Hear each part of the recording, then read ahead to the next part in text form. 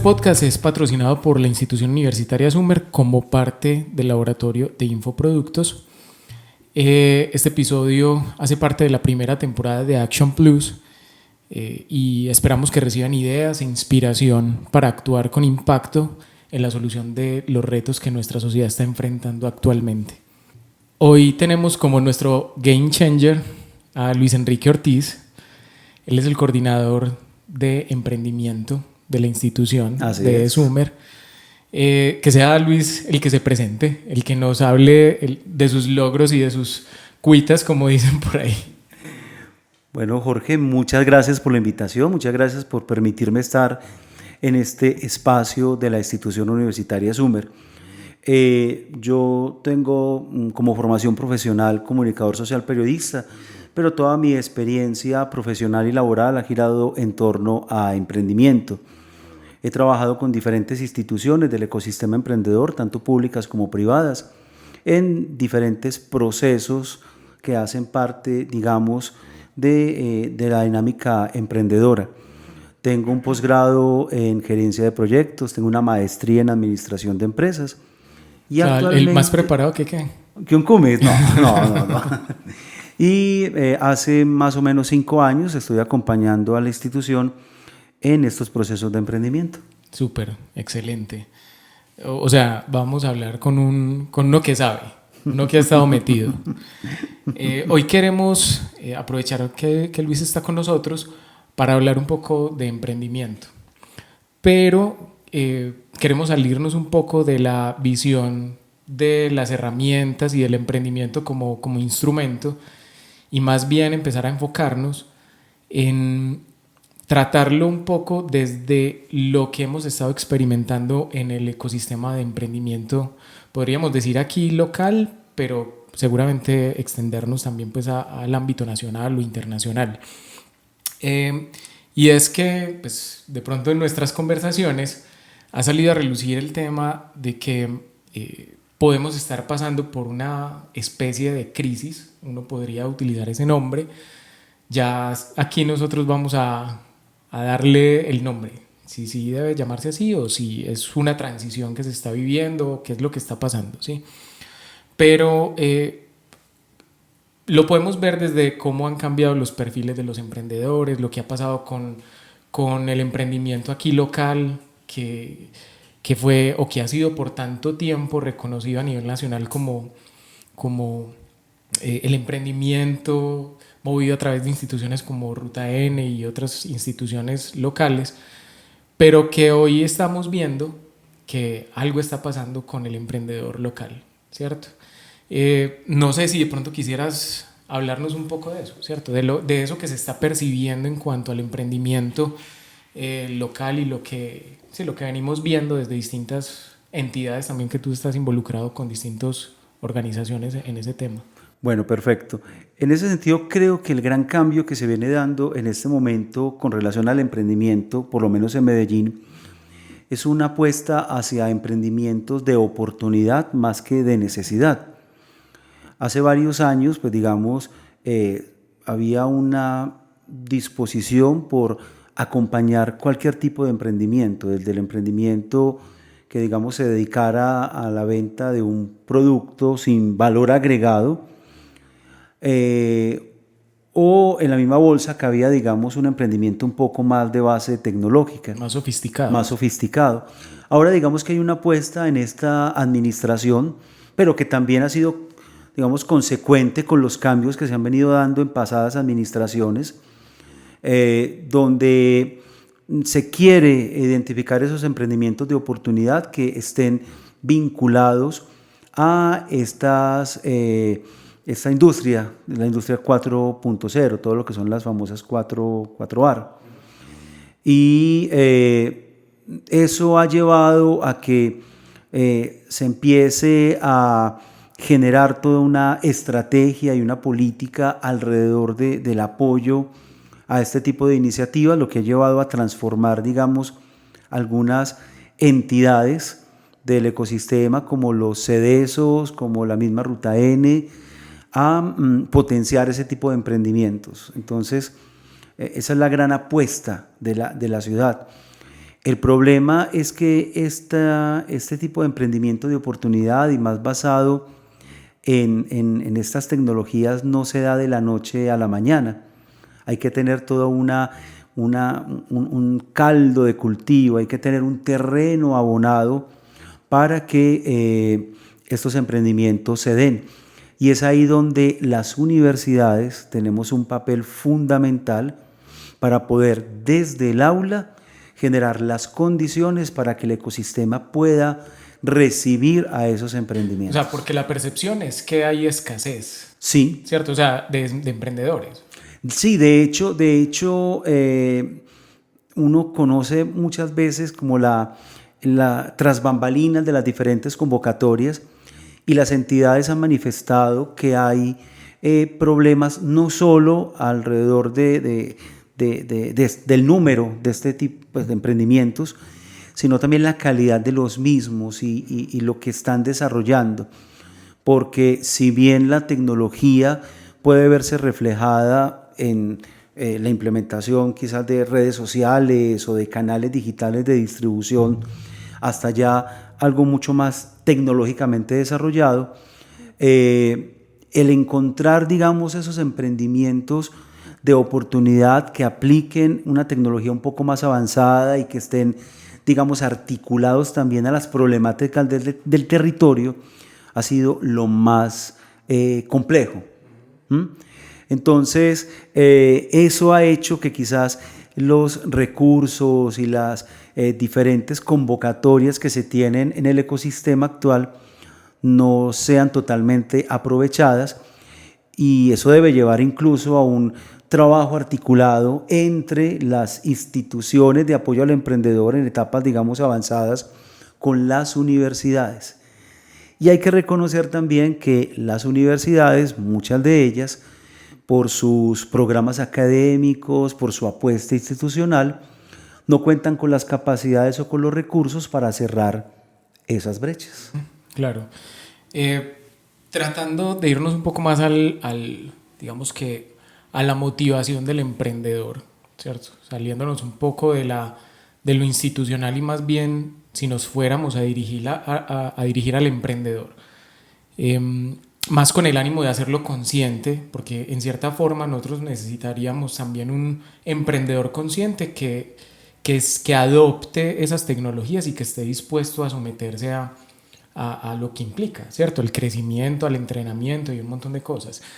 Pero si fuéramos a enfocarnos desde ahí, ¿qué factores, ¿cierto?, bien sea externos o internos, hablando desde el punto de vista del emprendedor, están influyendo precisamente en esa escasez o en la motivación de que el emprendedor se lance? Bueno, el último estudio GEN Colombia, recordemos que el GEN es un estudio que se hace a nivel mundial donde se evalúa cómo está el espíritu emprendedor en los países que hacen parte de la muestra, arrojó, digamos, trató de identificar cuáles son las principales motivaciones de los emprendedores en Colombia. En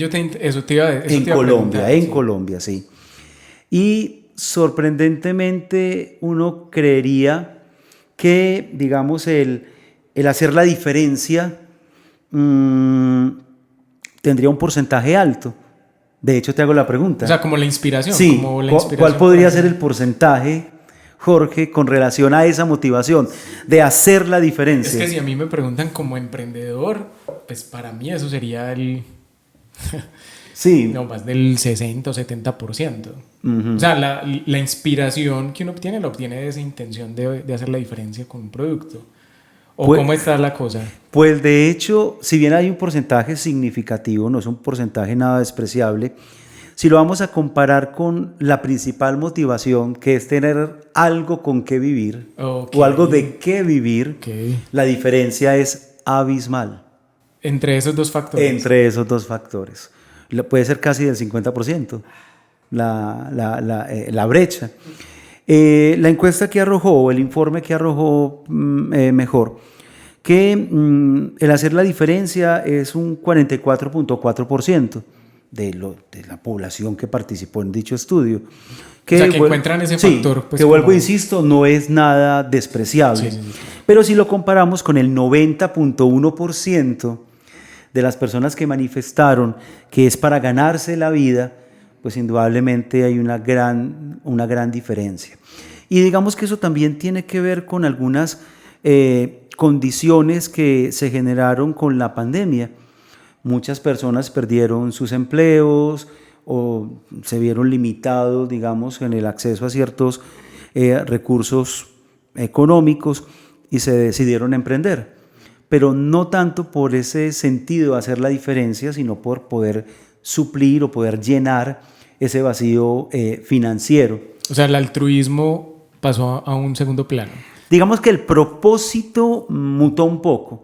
Hay emprendedores que tienen esa ambición de comerse el mundo, de generar algo que, digamos, no solo lo llene como persona, sino que pueda aportarle, digamos, a la solución de problemas de la sociedad. Uh-huh.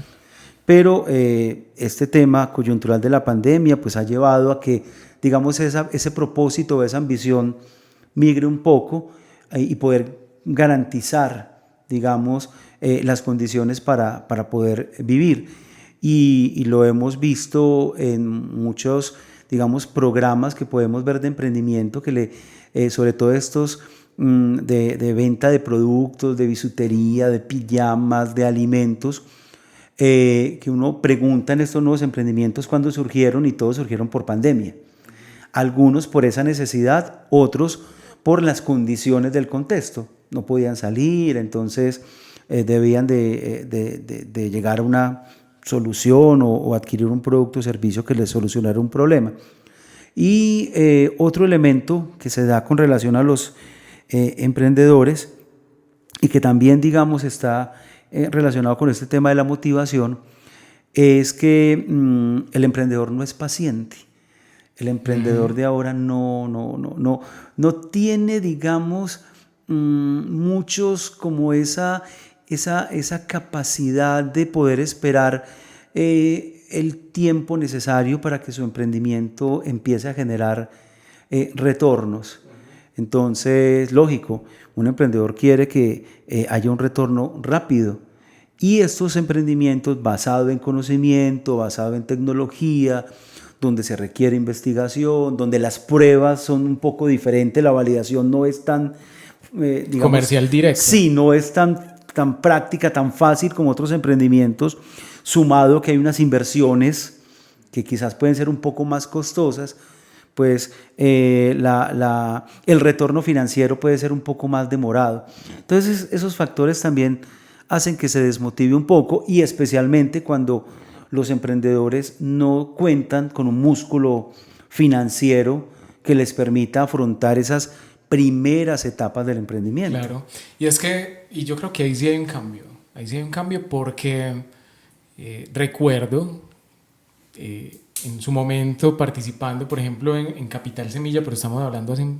bastante tiempo, y claro, los procesos, por ejemplo, de selección en Capital Semilla eran procesos de 8 meses, solamente para montar digamos que el modelo de negocio y tener documentado toda la idea de negocio. Lo mismo pasa con otras convocatorias que son procesos larguísimos, fácilmente de 8 meses hasta un año. No, ahora ya, ¿cierto?, todo el ecosistema, digamos que antes el ecosistema se daba el tiempo para preparar al emprendedor. Uh-huh, sí. Pero ahora ya no. De hecho, cuando un emprendedor se quiere presentar a cualquier convocatoria o a cualquier programa, muchos de ellos ya te piden un producto mínimo viable validado en el mercado. Asumen que la persona... Sí, asumen que ya tiene ciertas condiciones, cierta experiencia, cierta preparación, y no todos los emprendedores, digamos, tienen esas condiciones. Y eso hace quizás también que el emprendedor, al no cumplir con los requisitos de esas entidades, con las exigencias de esas entidades, pues también de pronto se desanime o busque otras alternativas por fuera del ecosistema, y que al final pueden traducirse en un alto porcentaje de fracasos y de deserción, que seguramente no están ni documentados, ni sistematizados, así que puede haber una versión un poco positiva del emprendimiento desde las instituciones, digamos, públicas, pero si le vamos a preguntar al emprendedor o a la persona que se ha acercado a estos programas, seguramente tendrá una posición completamente distinta. Sí, claro. Igual ahorita al final vamos a hablar un poquito de eso, ¿cierto? Listo. Porque yo creo que tiene que ver también con un poco esa inspiración que nosotros logremos infundir en la gente que nos está escuchando. Y aprovechar este momento para invitar a la gente a que comente, ¿cierto? Sí, claro, claro. Esto que estamos hablando aquí está abierto a los comentarios de los que nos escuchan. Pueden hacerlo en YouTube, ahí en la lista de reproducción en el canal de Sumer, tienen la posibilidad de hacerlo, y con seguridad vamos a estar mirando esos comentarios para complementar esto. Igual sobre este tema vamos a volver más adelante con toda seguridad. Esto que estamos hablando entonces nos lleva a pensar en el cambio del perfil del emprendedor, ¿cierto? O sea, ha habido un giro en el perfil de los que tienen, digamos que esa vocación emprendedora, y hay que leerlo, ¿cierto? Hay que leer un poco de ese cambio de perfil. Incluso uno hasta lo podría ver como los influencers, es como una nueva versión, un nuevo perfil de emprendimiento en este tiempo, ¿cierto? Pero, ¿qué nos dices, por ejemplo, de ese cambio en el perfil? Sí, yo creo que uno de los grandes cambios que he identificado, que se ha identificado en los emprendedores actuales, es que son personas que chocan un poco o riñen un poco con las metodologías o procesos clásicos que se implementan en las instituciones de emprendimiento. Que el Canvas, que pase por esta etapa, que haga esto, que diseñe este formato, que son un poco más activos, o sea, quieren, digamos, acelerar un poco el proceso. Y en parte, digamos que eso también puede chocar un poco con las instituciones, que las instituciones, digamos, tienen un proceso un poco más lento y el emprendedor quiere, digamos, las cosas un poco más rápidas. Y eso también puede ser una causa de deserción, porque tengo que esperar 8 meses, 10 meses para desarrollar mi producto, cuando la misma experiencia, ¿cierto? El entorno real te dice: prueba rápido, prueba barato, falla en la primera, pero no esperes mucho tiempo porque alguien podría sacar ese producto o servicio antes que vos. Entonces es un emprendedor ahora que demanda de las instituciones, que es consciente que necesita, digamos, de una experiencia previa. Algo que hemos identificado es que estos emprendimientos por oportunidad se derivan de personas que ya han tenido una experiencia laboral, que han enfrentado, digamos, las problemáticas propias del mercado, y que, digamos, en ese ejercicio de enfrentar las dinámicas propias del mercado han generado esas ideas para resolverlas. Ejemplo de ello, el fenómeno Rappi. Rappi ha generado más de 70 empresas que han salido de Rappi como tal. De sus entrañas. De sus entrañas. Y es por eso, por aprender, saber qué está pasando, y esa experiencia acumulada, más los conocimientos y los contactos, se pasan o digamos, se llevan al proyecto.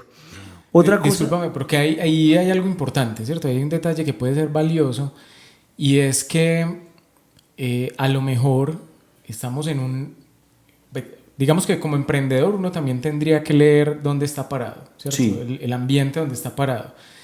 Y tal vez estamos en un entorno donde el emprendedor le viene muy bien capacitarse, y le viene muy bien tener experiencia laboral, ¿cierto? El entrenamiento y lo que implica pasar por una empresa, porque de pronto en otro momento el perfil era más: yo me lanzo ya, Sí, ¿cierto? No tengo que pasar por una empresa para poder pensar en emprender. Mientras que en este caso es posible que esa preparación, y aún hablando de preparación académica también, le favorezca, ¿cierto? Le agregue puntos a la hora de emprender. Yo creo que eso es un factor que como emprendedor uno debería tomarse un minuto y reflexionar. Y de hecho es una recomendación que se le puede hacer a las personas muy jóvenes que deseen emprender, y es que primero pues conozcan el mundo empresarial, el sector donde quieran, digamos, emprender. Lo ideal sería desde una organización, que comprendan cómo funciona, cómo son esas relaciones que se manejan, porque emprender del desconocimiento pues incrementa los niveles de fracaso, el porcentaje de fracasos, de riesgos.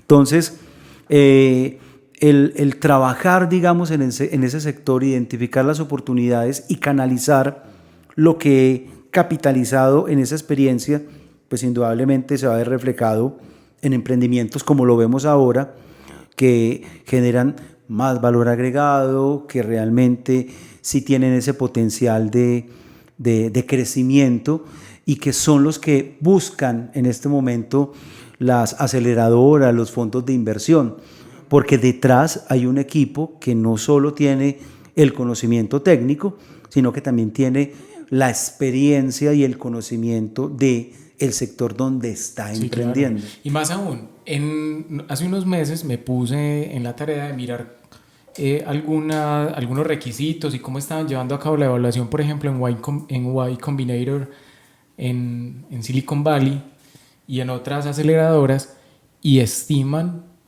bien dentro de ese proceso de evaluación que el emprendedor líder o que el grupo emprendedor tenga maestría y doctorado, ¿cierto? Para ellos eso es un validador de que, por ejemplo, lo que ellos están presentando, que puede ser muy innovador y que técnicamente puede ser muy, muy bueno, viene respaldado también por procesos de investigación previos, ¿cierto? O que hayan, resultado de eso. O que hayan pasado por una empresa, en un cargo donde se enfrenten a las realidades del sector.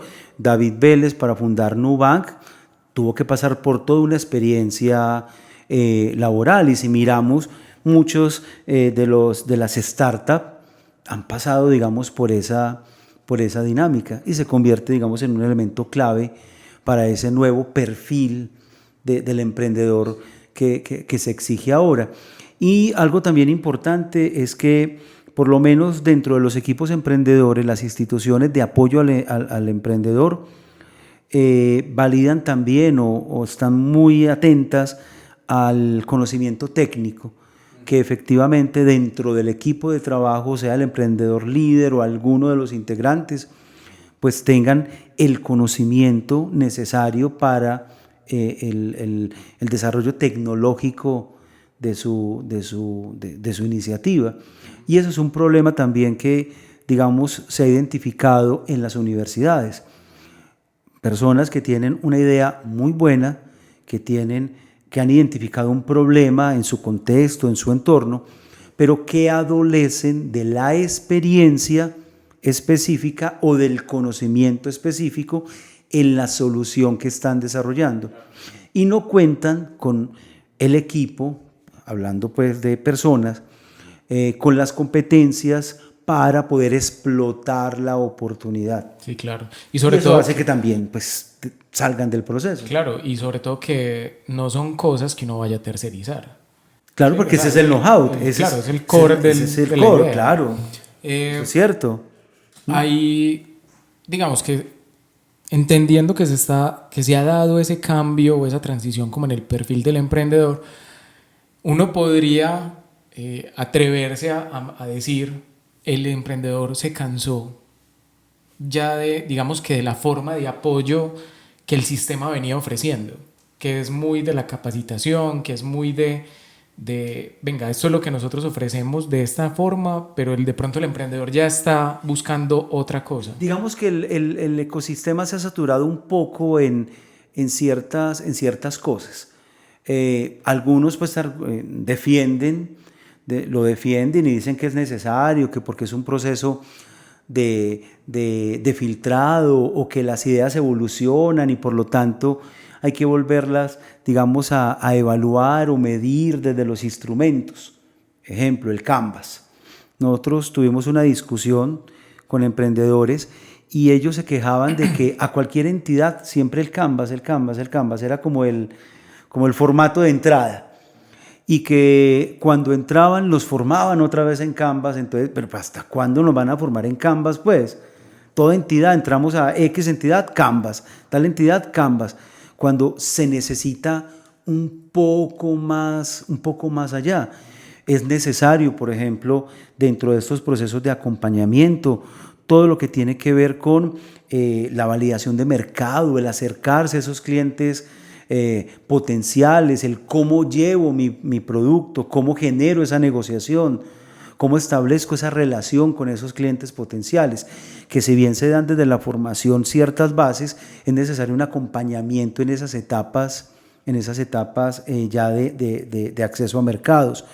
Un tema técnico donde se requiere de algunos equipos, de algunos laboratorios, de algunos espacios que, digamos, faciliten ese proceso y que también liberen un poco la carga financiera del emprendedor. Porque, seamos sinceros, los estímulos financieros, digamos, de las etapas iniciales que brindan algunas instituciones, si lo vamos a mirar, digamos, con el costo real que tiene el desarrollo de esa tecnología, no cubren mucho. No. Pues es un porcentaje Pensemos, muy por bajo. ejemplo, en un desarrollo de una aplicación Sí, un móvil. desarrollo de una aplicación con 10 millones de pesos, con 5 millones de pesos, pues no se desarrolla, no se hace. Se saca un mock-up. Sí, se saca un mock-up y que te va a permitir validar ciertas cosas, pero de resto será el emprendedor el que con una estrategia de acceso a recursos logre conseguir lo necesario para pasar etapas mucho más avanzadas. Y ese es el problema de muchas convocatorias o entidades del ecosistema, que le están pidiendo al emprendedor emprendimientos de oportunidad basados en tecnología, que tengan un componente, digamos, innovador, pero a la hora del té los recursos se van en asesorías que muchas veces no necesitan o en recursos que no son, digamos, los adecuados o suficientes para esa etapa. Entonces, el emprendedor un poco está cansado y por eso creo que no se presentan a las convocatorias. Abre usted cualquier convocatoria y primero te piden que haya un producto mínimo viable, te piden un equipo de trabajo muy bien organizado, super con teso, los roles, sí, súper teso, te piden una cantidad de cosas que algunos no tienen. Y cuando se miran los términos de la convocatoria, te dicen, se te va a dar un asesor, un consultor, vas a poder participar en jornadas de capacitación, de networking, que son importantes.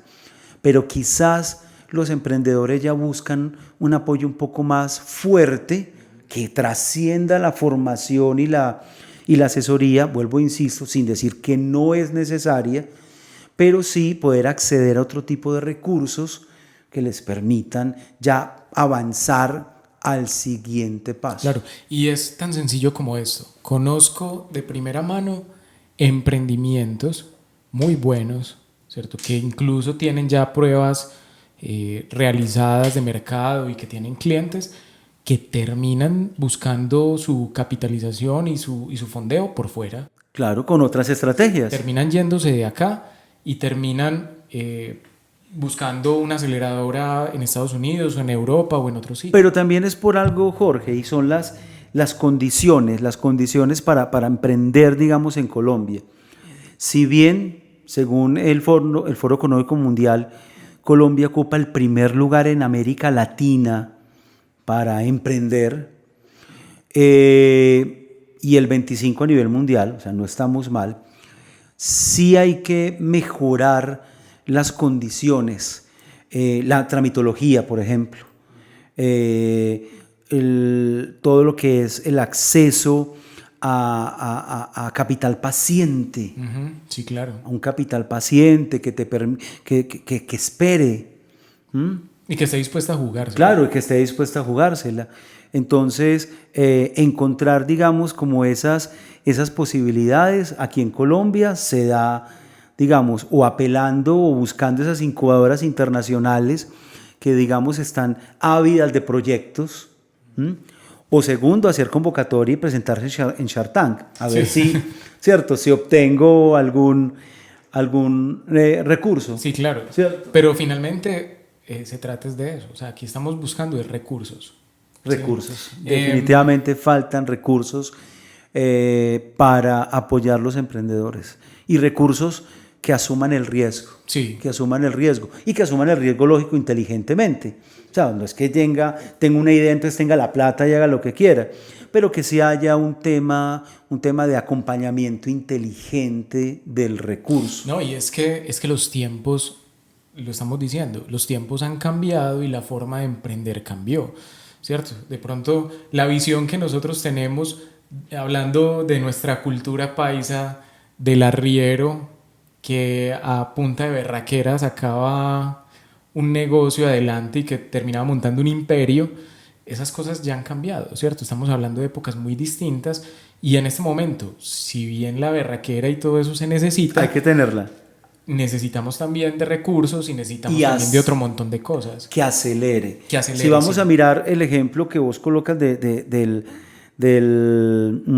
arriero paisa, estas empresas, digamos que son grandes en el país, ASEP, Grupo Éxito, Nutresa, pues están en el nivel en que están en este momento por años y años y años de trabajo. Y de capital. Y de capital, claro. Pero si vamos a mirar las startups o las empresas, digamos, que han surgido en los últimos años y que incluso tienen mucho más capital que estas empresas que acabo de mencionar, surgieron de procesos rápidos. Sí, que no llevan ni 20 años. Que no, es que no llevan ni 20 años. Entonces, eso necesitas un impulso, algo que te ayude a ir a ese nivel siguiente. Pero si el proceso de acompañamiento es ingrese acá y eso dura 4 meses y vas a recibir, es un acompañamiento y reuniones cada 8 días, cada 15 días y vas a volver a armar el canvas. Y a rendir indicadores como si me hubieran dado $1.000.000. Sí, eso es, porque también empiezan con una cantidad de requisitos para el emprendedor, pues va a ser muy, muy complejo. Sí, claro. Va a ser muy complejo llegar a esas cifras o a esos niveles de emprendimientos de oportunidad. Sí. Digamos que eso nos lleva a hablar un poco entonces de qué conoces que se está haciendo en otros países, de pronto investigaciones que se estén llevando a cabo o en la práctica que nosotros podríamos asumir, ¿cierto? Como una línea de acción. Hablando desde lo institucional, ¿cierto? Hablando desde lo institucional, pero yo creo que también desde el punto de vista del emprendedor, está bien nosotros decirle, mire, de pronto en estas líneas podemos, o usted podría empezar a desarrollarse, o mira esta estrategia que de pronto es la que en otros países, los emprendedores de otros países están trabajando, ¿cierto? Como irnos un poco a mirar hacia afuera qué está pasando y de eso nosotros qué podemos tomar. Sí, digamos que hay que aprender de los ecosistemas de innovación, digamos, más consolidados y más reconocidos a nivel mundial. Israel, por ejemplo. Israel tiene una apuesta muy clara en desarrollar startups o empresas que le generen valor agregado al territorio y que partan del conocimiento, no de los recursos.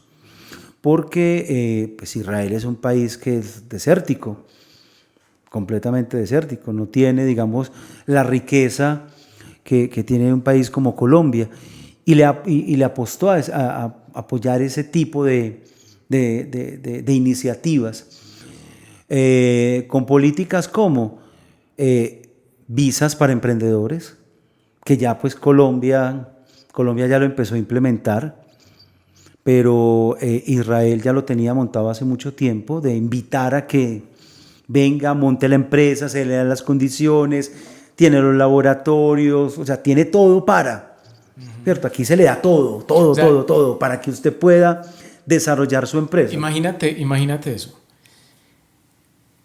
La estrategia es atraer Es generar todo lo necesario para atraer, ¿cierto? O sea, si nosotros solamente ese concepto lo implementáramos aquí localmente, ¿cómo estamos atrayendo a la gente?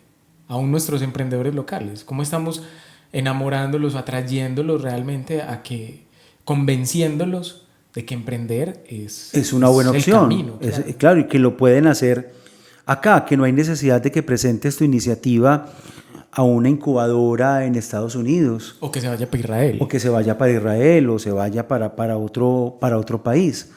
Que acá existen las condiciones y brindarle toda una batería de recursos, no solo desde el ámbito formativo y de asesoría, sino otro tipo de espacios. Hay otros países que, aparte pues de este tema de la visa, han desarrollado políticas muy interesantes de llevar a los emprendedores de su país a otro país donde son líderes en eso que están desarrollando, para que conozcan la experiencia de primera mano, pero no para que se queden allá, sino para que vayan, conozcan, interactúen, miren lo que está pasando, y con eso nos devolvemos para seguir construyendo el emprendimiento. Tremendo. Entonces, eso se da en países, Finlandia, Suiza, que digamos quieren aprender, hacen como esas pasantías entre emprendedores para que sepan qué está ocurriendo en otro lugar con relación a su emprendimiento y, digamos, le ayude en su desarrollo. Y se apropie de cosas. Y se apropie de cosas que le van a dar, digamos, un plus. Lo otro también pues tiene que ver con ciertas apuestas institucionales. Ahora, digamos, Colombia viene apostándole a ciertos sectores, pero antes, digamos que era prácticamente cualquier sector. Hay países que han adoptado ciertas políticas de apoyar ciertos sectores en ciertos territorios. Y por eso aparece el concepto de Medellín Distrito de Ciencia y Tecnología, así como otras ciudades son distrito cultural, distrito turístico. Entonces el poder, digamos, identificar esas potencialidades del territorio y encauzar todas las herramientas y todo lo que tenga el ecosistema a esas potencialidades puede ser clave. Nosotros hicimos una investigación hace un par de años sobre cuáles eran las apuestas en los países, y algunos países desde hace muchos años ya tienen una apuesta tecnológica muy bien marcada, y porque sabían, digamos, que tenían que migrar hacia otros sectores porque no podían depender de los recursos que tenían, porque esos recursos van a desaparecer, o las mismas dinámicas sociales y culturales van a hacer que ya no sean tan atractivos. Ejemplo, la minería, lo que está pasando ahora en el país. Colombia debería apostarle a emprendimientos muy fuertes que no dependan de lo extractivo. Y que no estén dirigidos. Y que no estén dirigidos hacia allá, ¿cierto? Hay países que dijeron, no, qué pena, pero aquí vamos a apoyar emprendimientos de todo lo que es energías limpias desde hace muchos años, y por lo tanto están generando los incentivos para que se den, y saben que esos emprendimientos son costosos, o sea, que eso no se monta de la noche a la mañana, y tienen las condiciones para ello. Claro. Entonces eso es parte, digamos, de las apuestas y de las acciones que tiene que definir un territorio para saber qué tipo de emprendimiento quiere desarrollar, que eso es algo que está haciendo Medellín. El problema con Medellín es que queremos hacer ese cambio de la noche a la mañana, cuando todavía no están las condiciones, las habilidades creadas. Porque eso me lleva a dos temas. El primero, aquí pues se ha estado hablando mucho entonces del metaverso y de todo lo que tiene que ver con las tecnologías basadas en blockchain y un montón de tecnologías, muchas de esas relacionadas con tecnologías 4.0. Pero si fuéramos a decirle a un emprendedor en este momento, ¿sí? Alguien de Summer o alguien de otra institución universitaria, aún que está saliendo del colegio, alguien que está en una empresa y que está pensando me voy a salir y quiero montar una startup o quiero arrancar un proyecto emprendedor, ¿dónde ponemos las fichas? ¿Cierto? Hacia dónde pudiéramos decirle, mire, allí tienen mejores oportunidades. Pues ahora se viene dando todo el tema pues, de las startups que tienen un soporte tecnológico, ¿sí? Entonces tenemos un boom en fintech. Hay un boom en fintech en los últimos años. Y si bien es un sector de oportunidad, va a llegar un momento también en que, digamos, se va a saturar. Creo que hay oportunidades, lógico, con este tema de vincular tecnología en cuestiones de talento humano, educación, todo lo que son habilidades blandas que puedan ser potenciadas por, digamos, estas herramientas tecnológicas, mediadas por tecnología. De hecho, el gran reto de las empresas para el 2025 es que sus empleados tengan ciertas habilidades blandas que no van a ser cubiertas por un software o por un robot. El tema de creatividad, de comunicación, de resiliencia, de tolerancia a la frustración. Entonces, ¿cómo puedo yo empezar a explorar esas áreas de oportunidad para poderle ofrecer a estas empresas soluciones frente al manejo de personal que es completamente distinto, que es millennial, que es centennial, que es de la generación Z, que no son como nuestros padres o nuestros abuelos y que exigen más y que tienen otras dinámicas. Agro sigue siendo un sector de oportunidad y más porque el agro es quizás de los sectores económicos donde menos ha llegado la tecnología. Donde menos ha permeado. Sí, digamos que se ve reflejada en algunos sectores específicos, pero en algunos procesos de la cadena de agro aún falta meterle mucha tecnología en el tema de abastecimiento, de logística, en el cuidado de los cultivos, de los animales. Ahí digamos que falta mucho. Han surgido muchas plataformas para conectar, para comercializar, para poder llevar ese producto, pero hacia atrás de la cadena hay muchas brechas que podrían, digamos, implementarse. Todo lo que se viene dando alrededor de la logística, sobre todo logística de última milla, ahí hay una muy buena oportunidad de negocio. E indudablemente, pues todo el tema cultural, creativo, pues tiene en este momento una gran demanda y alrededor de todo esto que está pasando, de los tokens no fungibles, del metaverso, de la realidad aumentada, de la realidad virtual, que puede llevarse a todos los sectores económicos, ahí hay una oportunidad, digamos, muy grande. Deberíamos sacar unos NFT del podcast, ¿no? Podríamos hacerlo y seguramente se van a vender. Seguramente se van a vender.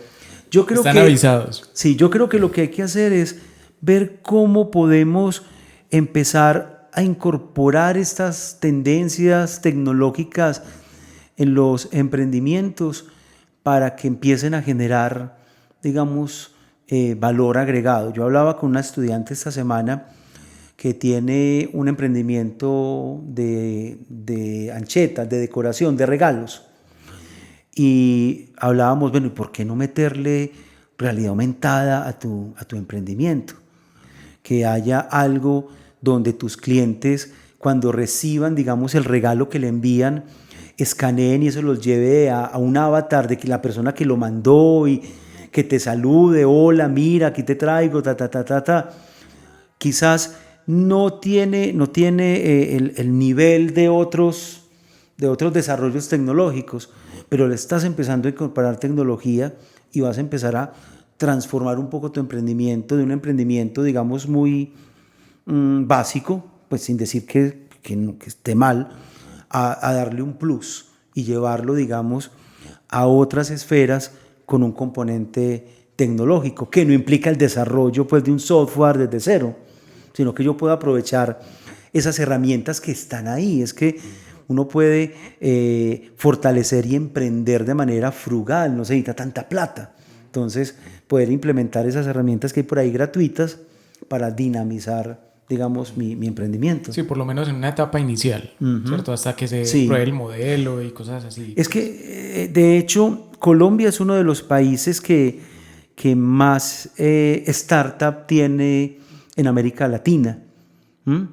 Pues unicornios solamente tenemos como 3 o 4, pero hay una apuesta por parte del ecosistema en ese tipo de iniciativas. De hecho, se estima que más de $1 billón se le ha metido a estas startups que tienen un componente tecnológico. Entonces la oportunidad está por ahí. Si usted está emprendiendo en un sector y le falta un componente tecnológico, empieza a metérselo. Y no necesita, vuelvo, insisto, desarrollar el super software. Empiecen a meter algo y eso usted va a ir evolucionando y puede ir creciendo.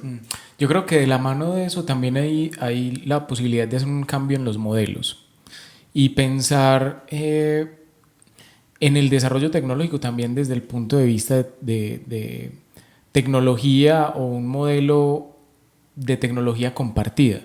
Eso lo estaba discutiendo sobre todo en otro podcast que va a salir, que vamos a estar trabajando sobre crisis alimentaria, y ahí hablábamos de la posibilidad de montar, sobre todo para el agro, modelos de tecnología compartida, ¿cierto? Entonces pueden ser startups o pueden ser proyectos no pensados para atender a un solo, digamos que a un solo agricultor o a una sola finca o a un solo cultivo, sino que tengan la capacidad de atender o de cubrir múltiples fincas, múltiples agricultores y todo eso. Entonces, eso es una forma de llevar, por ejemplo, tecnología también al campo. Entonces, claro. Lo estamos hablando es ¿por qué? Porque también ese cambio en la visión del modelo, ¿cierto? En la visión del negocio puede ayudar a crear o abrir como puertas a otros, pues sí, como a emprender de otra manera, dar de pronto una visión nueva, no sé, aportar incluso, digamos que la visión de oportunidades como emprendedor, que uno diga, bueno, me interesa, qué chévere hacer algo de esta naturaleza para el agro, ¿cierto? Que lo mencionabas ahora. Hay una pregunta acá que teníamos y es, yo creo que esa pregunta todo el mundo se la hace y al final del día queda sin respuesta, pero lo podemos discutir. ¿Es el bootstrapping o estamos hablando de ruedas de capital, de fondeo? O recursos limitados, arranque con poca plata. Deje el cuero. Sí, arranque con poca plata. Cierto, esa pregunta siempre está abierta, ¿cierto? De pronto para la gente que no conozca el bootstrapping, cuéntanos un poquito del concepto de eso. Pues, porque es algo que uno escucha comúnmente, más aún. Torre, ¿cierto? Sí. Todos sus negocios dice bootstrapping. Claro, busque recursos de manera rápida que le permita validar su modelo de negocio, que le permita ir creciendo su empresa. Esos recursos pueden ser a través de entidades de apoyo al emprendedor, pero también con otras estrategias. No espere a tener el capital para montar la empresa, no espere a tener los 6, 7, 8 millones de dólares que necesita. Empiece a generar, digamos, tracción con pocos recursos, y para ello hay estrategias. ¿Quién dice que yo tengo que vender un producto 100% terminado? O sea, yo puedo empezar a facturar con un producto que no está, digamos, con todas sus características finales, pero que por lo menos responde a la problemática central del mercado. En la medida en que voy traccionando, pues voy mejorando ese producto, pero tengo un producto mínimo viable que responde a esa necesidad inicial y estoy empezando a facturar pronto, ¿cierto? Entonces también está esa idea de que para poder salir al mercado tiene que estar el producto ya listo, con su empaque, su color, todo. Todo definitivo. No, todo definido, no. Usted puede tener un producto mínimo viable que cumpla con las condiciones mínimas del mercado y empiece a facturar pronto. Empiece a generar flujo de caja. Hasta, ojalá, ser autosostenible. Sí, claro, que le permita por lo menos cubrir. En cierta forma, el truco del bootstrap es ese. Claro. Buscar la sostenibilidad del negocio rápido.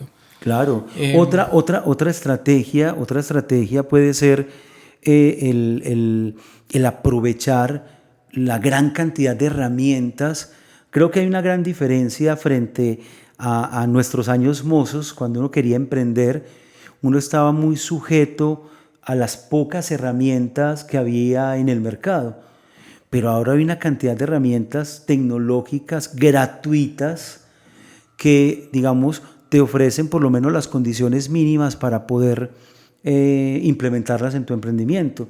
Un Canva, un Slack, un Marvel, o sea, para hacer un prototipo, para hacer una página web, para enviar un correo, una lista de email. O sea, hay una cantidad de herramientas que están ahí, que no te cuestan y que las puedes vincular o que las puedes aprovechar.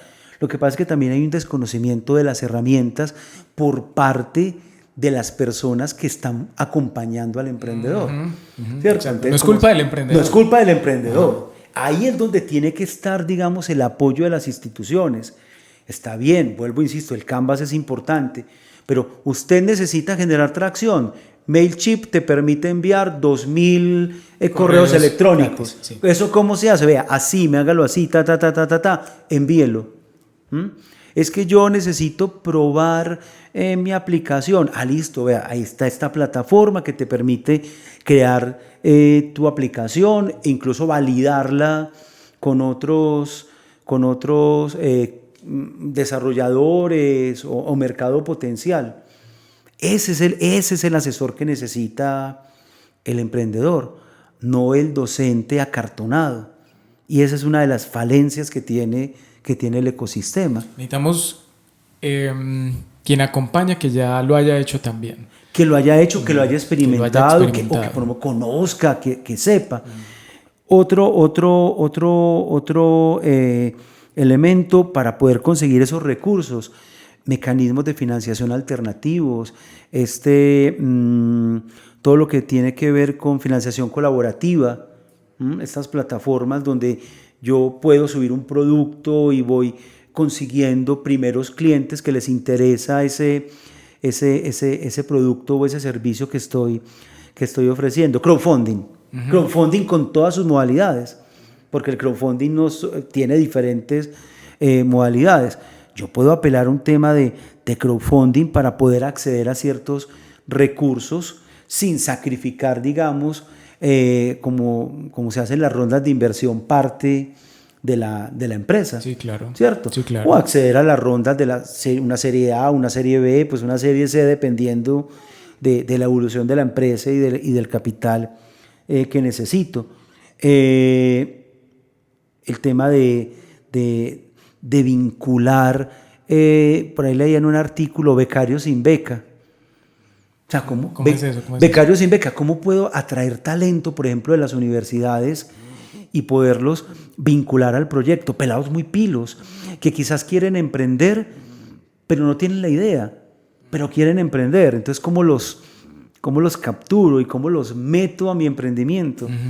¿Cierto? Para que al final ellos que quieren emprender, pero que no tienen una idea, que quizás tienen el conocimiento, tienen ciertas capacidades, se puedan convertir más adelante en mis socios. Sí, claro. ¿Cierto? Esos son becarios sin beca.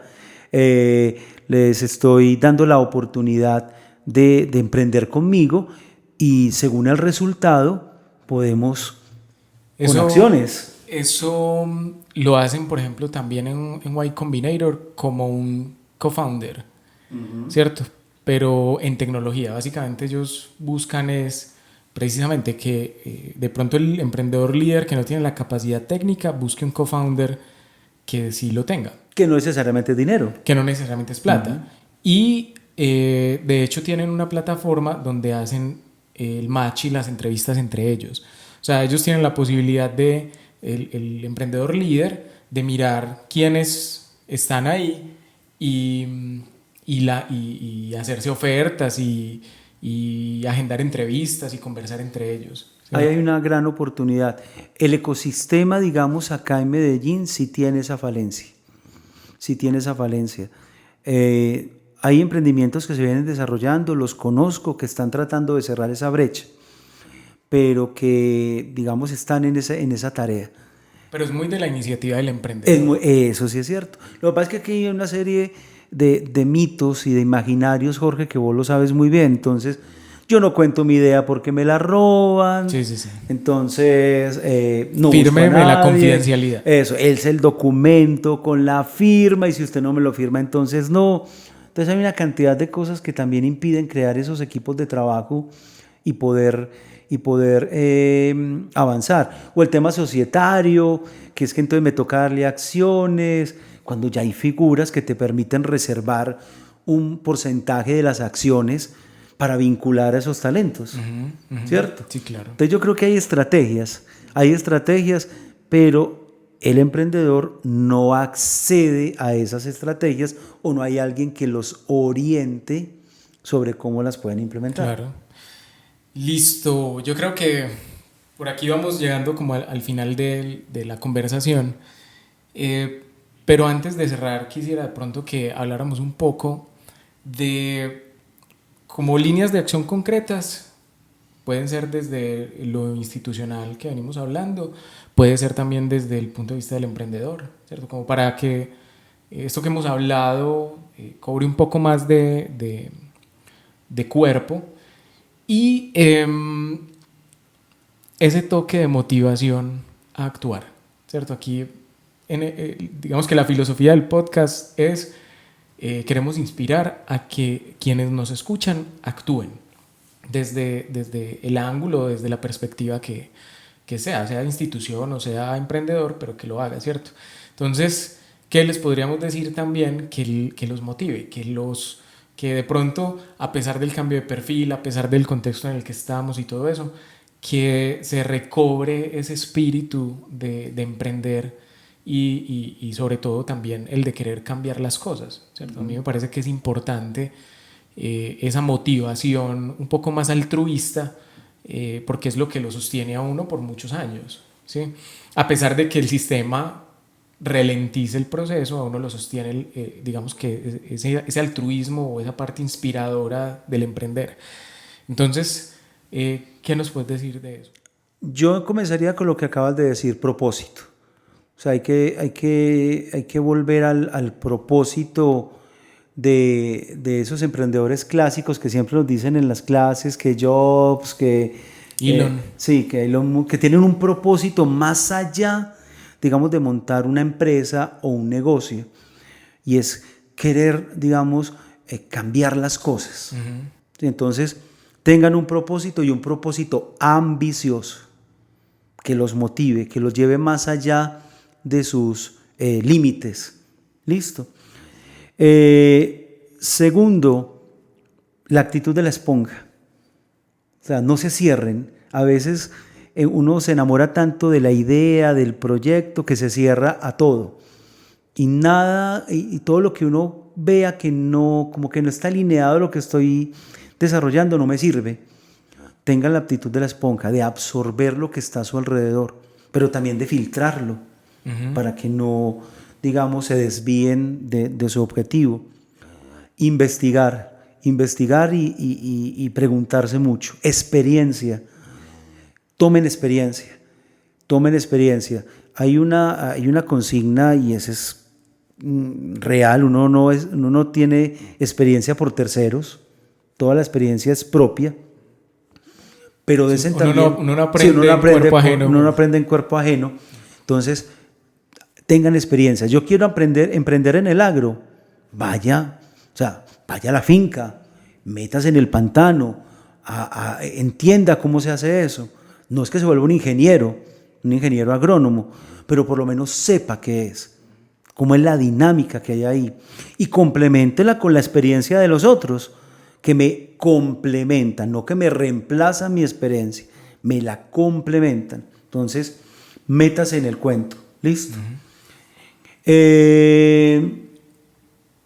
Para emprender, porque para emprender hay que estar preparado. ¿Listo? Entonces, sea muy crítico con la idea. Sea muy crítico con la idea. No es que sea el bombillo y ya, entonces, no, sea muy crítico. Pásela por un sedazo que le permita, digamos, decantarla muy bien. Y todo el tiempo. Y todo el tiempo. Frente al tema institucional, creo que las universidades, junto con las demás entidades, tenemos que trabajar de manera articulada en las diferentes etapas del emprendedor. A veces nos pisamos las mangueras, hacemos de todo. Con eso ya piso otro callo. Sí, hacemos de todo. Entonces, universidades que son incubadoras, ¿cierto? Incubadoras que son universidades. O sea, todo el mundo se cree de todo. Todo el mundo se cree de todo. Entonces, al final, estamos compitiendo por el emprendedor. Y el más perjudicado es el emprendedor. Es el emprendedor, sí. ¿Cierto? Estamos compitiendo. Entonces, hay que definir una ruta, hay que definir un modelo, hay que definir unos momentos, hasta dónde llegamos, ¿cierto? Si universidad vamos a coger toda la cadena, listo, pues esa es una apuesta y tengamos las condiciones para ello. Pero si yo no tengo las condiciones para acelerar, pues ¿por qué lo tengo que hacer? ¿Por qué lo tengo que hacer? Pero que preocupémonos es en ser muy buenos donde debemos de ser muy buenos. Y poder generar esa ruta.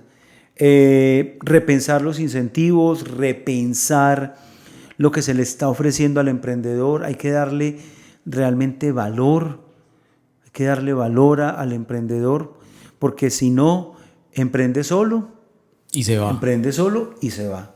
Emprende solo y se va.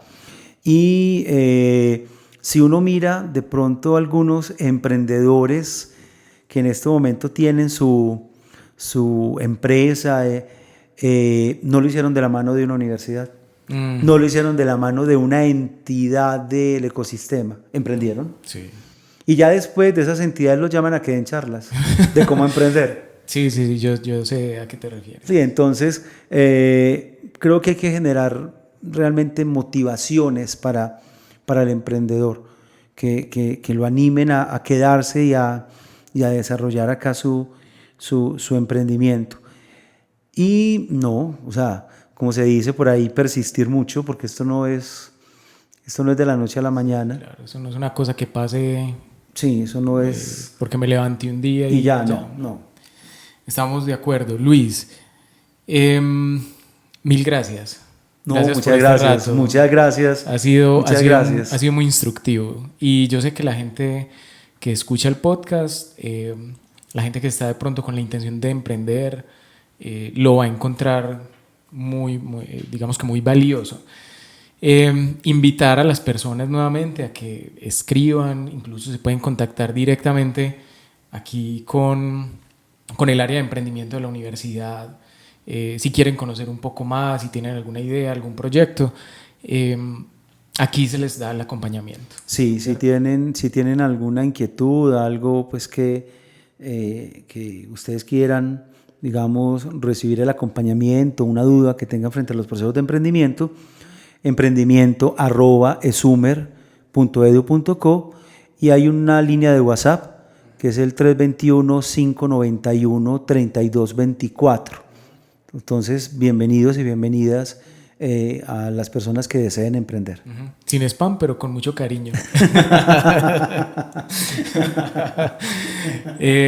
Nos queda despedirnos, agradecerles por este tiempo y nos estamos escuchando en otro episodio. Hasta pronto. Hasta pronto.